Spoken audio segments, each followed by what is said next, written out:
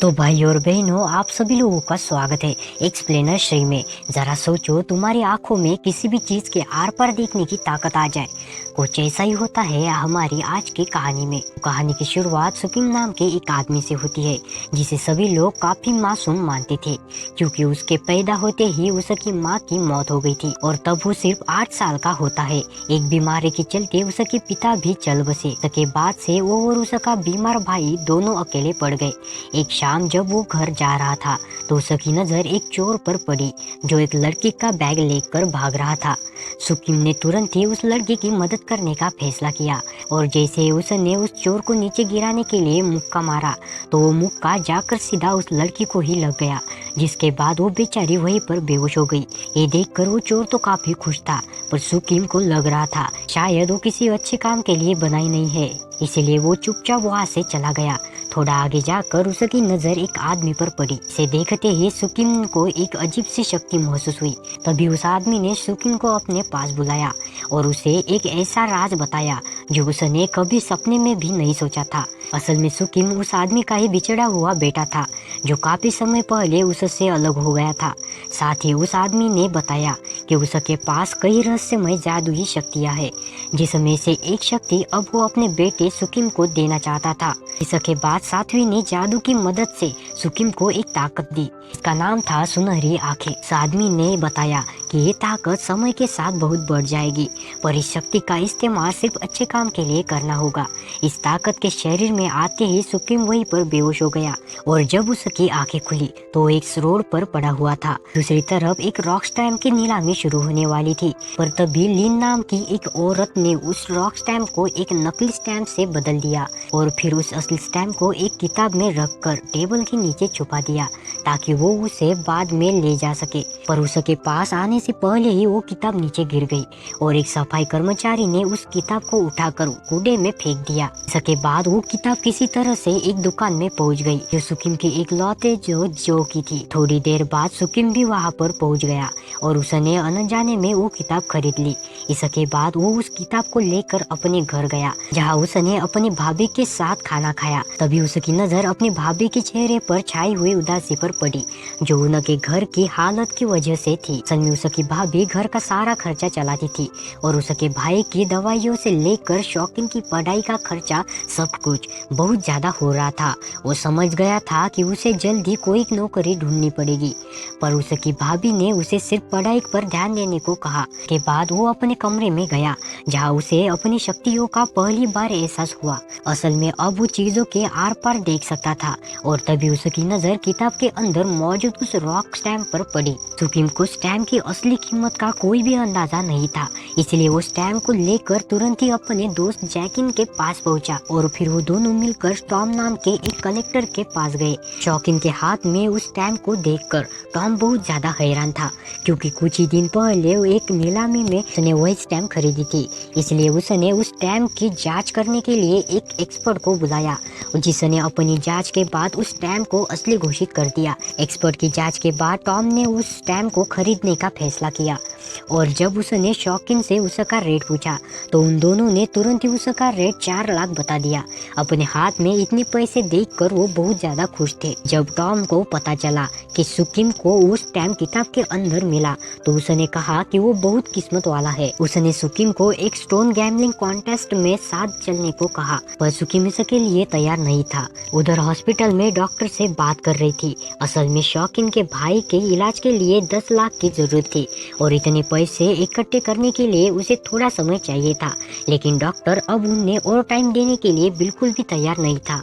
और तभी सुकीम वहाँ पहुँच गया और उसने डॉक्टर के सामने सारे पैसे रख दिए, पर डॉक्टर ने उसे बताया कि इसमें अभी भी 6 लाख कम है। भाई को ये सुनते ही उस कॉन्टेस्ट की याद आई और उसने पैसे इकट्ठे करने के लिए टॉम के साथ जाने का फैसला किया। इसके बाद वो लोग एक शहर में पहुंचे, जहाँ जहाँ उनकी मुलाकात चैन नाम के एक बहुत बड़े कलाकार से हुई। चैन के घर खाना खाने के बाद सुकिम बाहर बाथरूम करने के लिए गया, जहाँ अचानक से उसकी मुलाकात उसी लड़की से हो गई जिसे उसने उस रात मुक्का मार कर बेहोश कर दिया था। किम ने तुरंत उस लड़की से माफी मांगना शुरू कर दिया, जिसके बाद उसने अपना नाम लुजियाना बताया और धीरे धीरे उन दोनों में दोस्ती की शुरुआत हो गई। अगले दिन वो चारों एक साथ स्टोन मार्केट में गए, जहाँ चैन ने उन्हें बताया कि अगर उनको इस पत्थर के अंदर से जेड मिल जाए तो वो लोग काफी पैसे कमा सकते हैं। उसकी ये बात सुनते ही शौकीन ने अपनी शक्तियों की मदद से एक पत्थर ढूंढा जिसके अंदर एक खास जेड मौजूद था। इसके बाद वह जो नाम के एक आदमी की दुकान पर पहुंचे, जहाँ सुकिम के बताने पर उन्होंने एक खास पत्थर को चुना। उस पत्थर को काटते ही उसके अंदर से एक बहुत ही खास जेड मिला, जिसे देखते ही जो ने उस पत्थर को बेचने से मना कर दिया। उसकी ये बात सुनकर टॉम को बहुत ज्यादा गुस्सा आया। वो तुरंत ही जो के साथ बहस करने लगा, जिसके बाद जो ने कहा कि इस मामले को सुलझाने के लिए उनको एक मुकाबला करना चाहिए। लेकिन जो के हाथ में वो पहले ही नया पत्थर लग चुका था, तो वो दोबारा मुकाबला क्यों करे। तो उनमें से कोई भी इस चीज के लिए तैयार नहीं हो रहा था। उसे अपनी शक्तियों पर पूरा भरोसा था और वह तुरंत ही इस मुकाबले के लिए तैयार हो गया। होटल जाते वक्त उन चारों पर कुछ गुंडों ने हमला कर दिया। इससे बचने के लिए वो दो दो की टोली बनाकर वहाँ से भाग गए और इसी बीच सुकिम और चैन को थोड़ी बहुत चोटें आ गई। वापस होटल जाकर चैन ने टॉम को बताया कि वो असल में और शाम बचपन में दोस्त हुआ करते थे, लेकिन अब उनके काम की वजह से वो दोनों एक दूसरे के दुश्मन बन चुके हैं। उधर उसकी भाभी देखभाल करने के लिए लगी थी, जिस वजह से उन दोनों की दोस्ती काफी बढ़ गई। अगले दिन सुकिम और लिन एक साथ शॉपिंग करने के लिए मॉल में गए और जैसे ही वो कुछ कपड़े ट्राई करने के लिए गई, तभी कुछ आदमियों ने वहाँ आकर सुकिम को बंदी बना लिया। इसके बाद वो लोग सुकिम को वैन में एक खास जगह पर लेकर गए, जहाँ शाम उसका पहले से ही इंतजार कर रहा था। वो चाहता था कि सुकिम होने वाले मुकाबले में उसका साथ दे, जिसके बदले में उसने शौकीन को 10 लाख देने का वादा भी किया था, पर सुकिम ने इस ऑफर को ठुकरा दिया और चुपचाप वहाँ से जाने लगा। पर तभी जो ने उसे रोक कर इस मुकाबले से दूर रहने को कहा, क्योंकि अगर तुम मेरा साथ नहीं दे सकते तो किसी और का भी साथ मत दियो, वरना मैं तेरे पूरे परिवार को खत्म कर दूंगा। वहाँ से निकलकर सुकिम सीधा मॉल में पहुंचा। वहाँ उसे लिन कहीं भी नजर नहीं आ रही थी, तो वो और भी ज्यादा डर गया। अगले दिन मैच के दौरान सभी लोग अपने पत्थर चुनने में लगे थे, पर तभी अचानक चैन के फोन पर एक तस्वीर आई। समय सुकिम शाम से मिल रहा था। चैन को ये देखकर बहुत हैरानी हुई और उसने तुरंत वो तस्वीर टॉम को दिखाई। उन दोनों को लग रहा था कि शायद सुकिम उनको धोखा देकर शाम का साथ दे रहा है, और जब उन्होंने इस बारे में शौकीन से पूछा तो उसने उन्हें विश्वास दिलाया कि भाई मैं तुम्हारी ही तरफ हूँ। तभी अचानक लिन वहाँ पहुँच गई और उसे सही सलामत देखकर शौकीन की जान में जान आई। के बाद सुकिम ने अपनी शक्तियों का इस्तेमाल करके एक पत्थर को चुना और जजेस को पकड़ा दिया। रिजल्ट के समय जो कि पत्थर से जेड निकला, जिसे देखकर चैन काफी उदास हो गया, क्योंकि उसे लग रहा था कि अब तो जो की जीत पक्की है। लेकिन किसी को ये पता नहीं था कि जो ने अपने बॉस कायुत को खुश करने के लिए जजेस को बहुत सारे पैसे खिलाए थे। इसके बाद सुकिम की बारी आई तो उसके पत्थर में एक बहुत ही ज्यादा कीमती जेड निकला, जिससे वो इस मैच का विजेता बन गया। पर जो इस बात से बिल्कुल भी खुश नहीं था। इसी शाम सुकिम ने लिन को एक खास ब्रेसलेट तोहफे में दिया और अब धीरे धीरे उनकी नजदीकियां बढ़ती जा रही थी। उधर जो बॉस से अपनी हार के लिए माफी मांगने में लगा था, लेकिन काइटो बहुत ज्यादा गुस्सा था और उसके इस गुस्से को शांत करने के लिए जो ने उसे ड्रैगन स्टैम्प लाकर देने का वादा किया, जिसके बाद काइटो उसे एक और मौका देने को तैयार हो गया। लेकिन अब जो के पास गलती का कोई भी मौका नहीं था। उधर सुकिम अपने पत्थर से निकले जेड से बने हुए ब्रेसलेट की नीलामी के लिए पहुंचे, जहां उनका ये ब्रेसलेट 80 लाख का बिका और सभी लोग ये रकम सुनकर बहुत ज्यादा खुश हो गए। इसके बाद टॉम को स्टेज पर एक स्पीच देने के लिए बुलाया गया, पर अपनी स्पीच के दौरान टॉम ने अपनी जेब से 2 रॉक स्टैम्प निकाले और सबके सामने नकली वाला रॉक स्टैम्प फाड़ दिया, जिसका सीधा मतलब ये था कि असली रॉक स्टैम्प का मालिक अब सिर्फ टॉम है। इसके बाद वो लोग अपनी जीत की खुशी मनाने के लिए एक क्लब में गए, लेकिन पार्टी के बीच में ही कुछ लोगों ने टॉम को बाथरूम से ही किडनैप कर लिया। जिसके बाद शौकीन को एक फोन आया और ये फोन किसी और का नहीं बल्कि कायुत का था, जिसने टॉम को छोड़ने के बदले में असली रॉक स्टैम्प की मांग की। उधर जो अपनी गलती की माफी मांगने के लिए कायतो के पास पहुंचा। जो की गलती से हुई अपने नुकसान के लिए बहुत ज्यादा निराश था, पर कायतो को मनाने के लिए जो ने उसे एक राज बताया।